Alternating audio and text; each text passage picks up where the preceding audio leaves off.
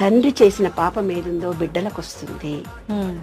తండ్రి అనామకంగా సంపాదించిన సంపాదన డాక్టర్ల పిల్లలు, పోలీస్ ఆఫీసర్ల పిల్లలు సుఖపడరు.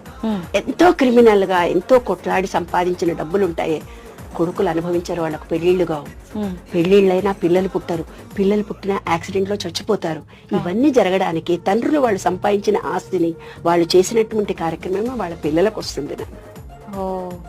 కాబట్టి కర్మ అనేది ఎలా జరుగుతుందంటే 7 తరాలలో జరిగినటువంటి 7 తరాల వరకు ఆ పాపం ఉంటుంది. ఒక తాత ముత్తాత ఆ తాత చేసిన పాపము ప్రతిదీ వాళ్ళ వంశం అనుభవించాల్సి.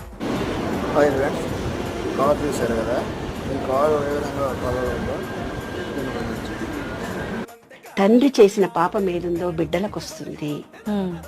తండ్రి అనామకంగా సంపాదించిన సంపాదన డాక్టర్ల పిల్లలు, పోలీస్ ఆఫీసర్ల పిల్లలు సుఖపడరు. ఎంతో క్రిమినల్ గా ఎంతో కొట్లాడి సంపాదించిన